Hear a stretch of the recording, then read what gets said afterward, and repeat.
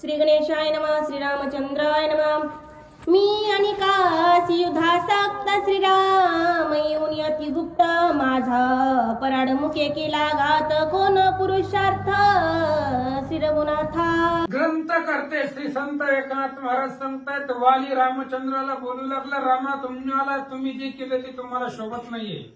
अहो मी दुसऱ्या बरोबर युद्ध करत होतो, दुसऱ्या बरोबर युद्धामध्ये सक्त होतो. वालीचं आणि माझं आणि सुग्रीवाचं युद्ध चालू असताना, दुसऱ्या बरोबर युद्धामध्ये गुंतलो असताना तुम्ही अचानकपणे माझ्यावरती बाण कस काय मारला असं तो वाली बोलू लागला.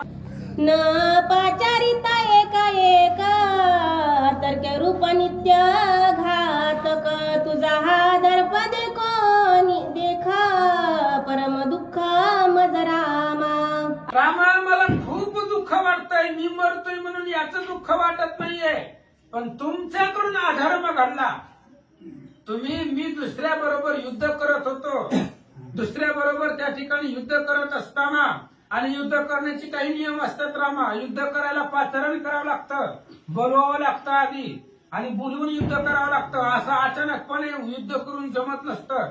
अचानकपणे तुम्ही मला बाण कसं काय मारला, याच तुमच्याकडून अधर्म घडला, याचं दुःख मला वाटायला असं तो वाली बोलू लागला. नाही राज्य हरणाची व्यथा राजवियोग नाबादी सर्वथा तुझी देखोनी अधर्मथा दुःख रघुनाथा मजबादी. रामा मला माझ्या राज्याचं दुःख नाहीये.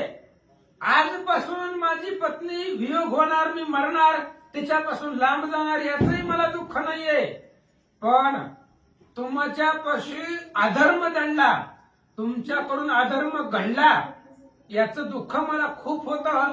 वाली सांगू लागला. नवे सरद स्नेह बाधक बाधिनांगदाचा शोक तुझा धर्म देखता देख परम दुःख मद रामा. रामा खूप दुःख होतं मला माझ्या जवळच्याचा वियोग होणार याचं दुःख नाहीये, मला माझ्या अंगदाचं दुःख नाही, मला माझ्या बायकोचं दुःख नाहीये, राज्याचं दुःख नाहीये.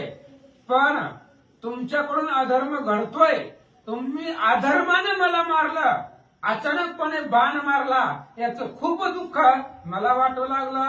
वधू नये निद्र वध करू नये निद्रिस्ता वध करू नये स्त्री शिरमता वध करू नये न पाचारिता पुरुष दुष्टिता वधू नये. रामा वध करण्याचे मारण्याचे काही नियम असतात.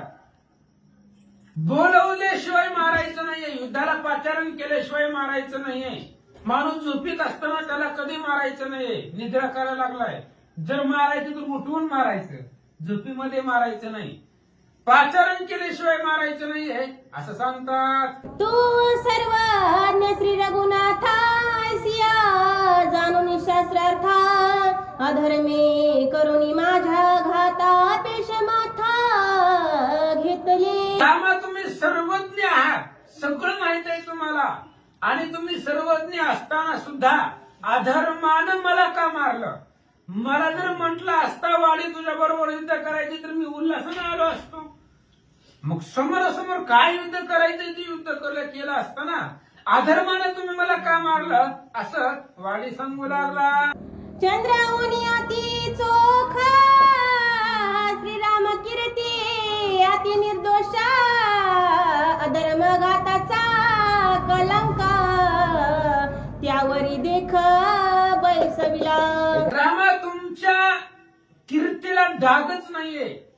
तुमचा जो मुखचंद्र आहे, तुमचं नाव आहे, तुमच्या नावाला कसलाच डाग नाही आणि कुठंच डाग नाही.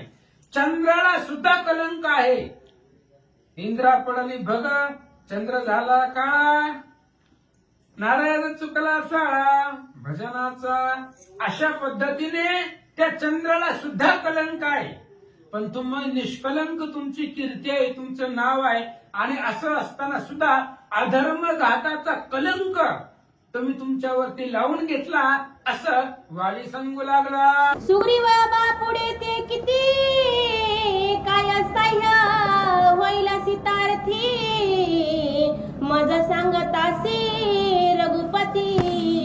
करीतो ख्याती ती ऐसी. रामा रामा सुग्रीव तुम्हाला काय मदत करणार आहे?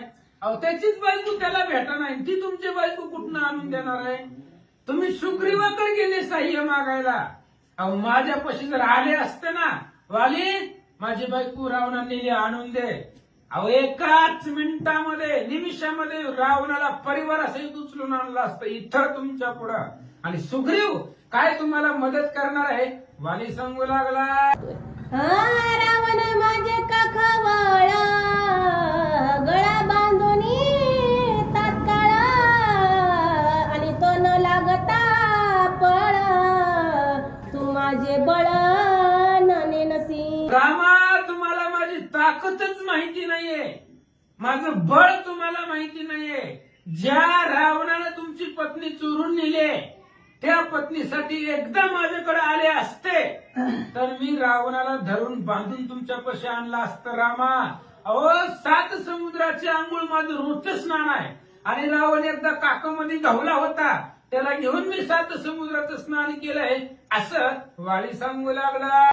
समुद्र जळी सप्त पातळी शोधोनी लोक लोक कोळा चळी आणि तो मी जनक बाळी तुझ्या जवळी निमिषार्धे. रामा तुमची पत्नी कुठेही असू द्या, कुणीही नेऊ द्या, सप्त समुद्राचं शोधन करीन. सप्त पातळ आहेत, अतळ सुतळ महातळ तळातळ रसातळ पातळ अशा प्रकारची 7 पातळ आहेत. वरी 21 स्वर्ग आहेत. ह्या सगळ्यामध्ये शोध घेतला असता आणि तुमची सीता तुमच्यापाशी आणून दिली असती. वाली सांगू लागला, चतु समुद्री प्रात स्नान करीतो न लागता क्षण मज पुढे तुच्छा रावण सीतान देतो सीतान तुझ देतो. रामा मला फक्त एकदा सांगायचं होतं, मी सीतेला आणून दिला असता. रावण माझ्या पुढे काय आहे?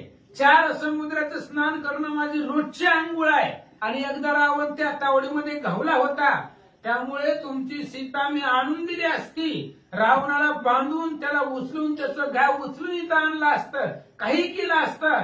पण एकदा सुग्रीवाच्या ऐवजी माझ्यापाशी जर आले असता तर आतापर्यंत तुम्हाला रासीता तुमची भेटवली असती असं वाली सांगू लागला. मज हा सांगतासी विचार तरी सीता रावण परिवार लंका पडोनिया समग्र येते सत्वर आणि तो. रामा फक्त मला एकदा सांगायचं होतं, वाली माझी पत्नी रावणाने नेले. ऐकल्याबरोबर लंका उपटून आणली असती. लंका म्हणजे त्रिकुट आहे. गरुडाची नख उमटली त्याचं त्रिकुट झालं, तिथून लंका आहे. आणि ती लंकाचं त्रिकुट आहे तीच उचलून इथं आणलं असतं. मग त्याच्यामध्ये अख्खी लंका घेऊन आलो असतो इथं तुमच्या पुढं. एकाच निमिषामध्ये रावणाच्या परिवारासहित सीतेला इथं आणलं असतं असं वाली सांगू लागला.